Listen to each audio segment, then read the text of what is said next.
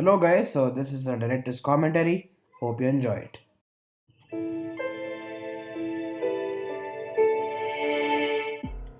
So, the whole point of the story is that Batman finds Joe Chill, his parents' murderer, and he goes to kill him. So, that's the first shot of the film.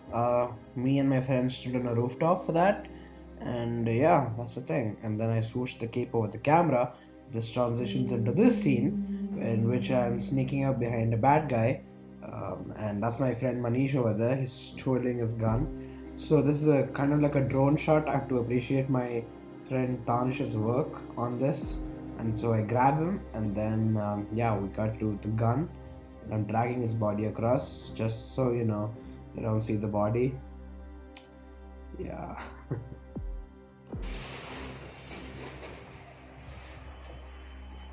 So as you can see now, I walk with my costume, and that transitions into this scene where my other friend, Krish, he's actually standing, and I go behind him. As you can see, chop him. Pretty good reaction there, and he falls in the bushes, which causes this guy to hear the sound, and then you see if I don't know in the background, and yeah, then you can see that he's checking if he's alive.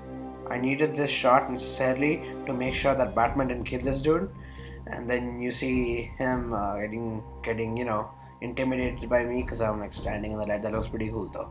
And if you can't see exactly what's happening here, I'm just dragging his body, and this dude here, another goon, sees me, and so he chases me.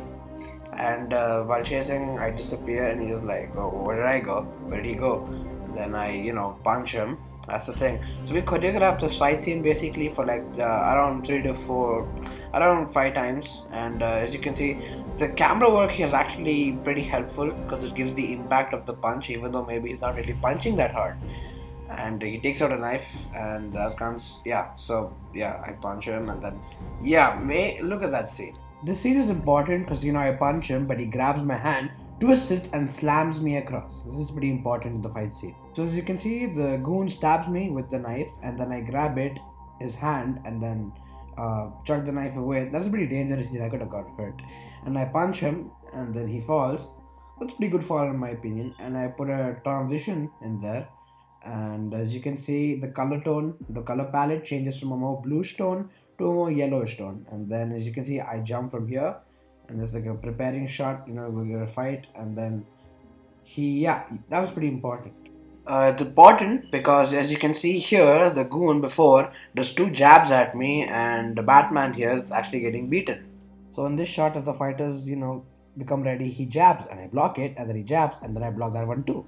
And in this shot before, when the goon, twists my hand and slams me to the wall, later on in the fight, I twist his hand and then I slam him to the ground.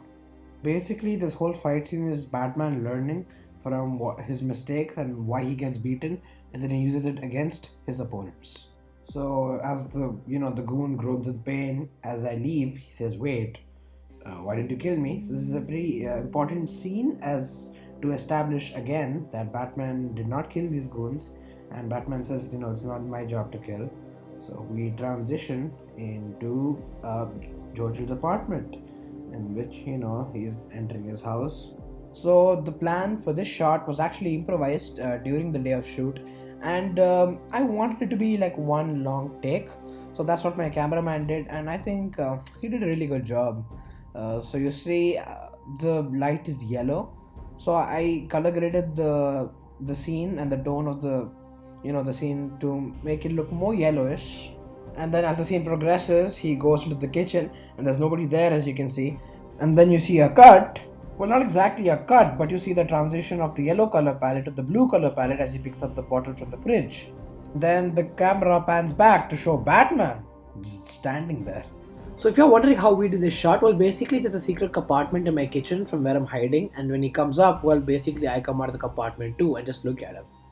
And so to show the terror of seeing Batman, he drops the bottle in slow-mo, and then as Batman approaches him, he points a gun at him, he takes the gun and points it back at him. Pretty cool move. And then he, if you can't see, but he like drops him down, and as you can see, he runs away, and he hits the wall. That's the second shot, and then that's back to the first shot, and then that's back to the second shot. Actually, it's pretty cool editing.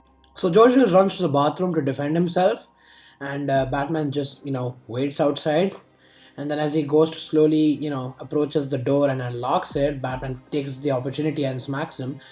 And then there's a funny shot, he just throws him outside. And we even set up a pillow for him, a cushion, but he still landed somewhere else.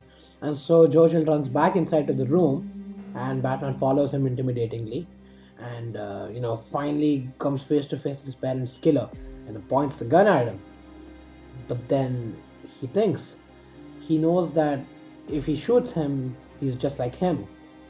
And so he throws it away and goes back. And Who the hell are you? and well, The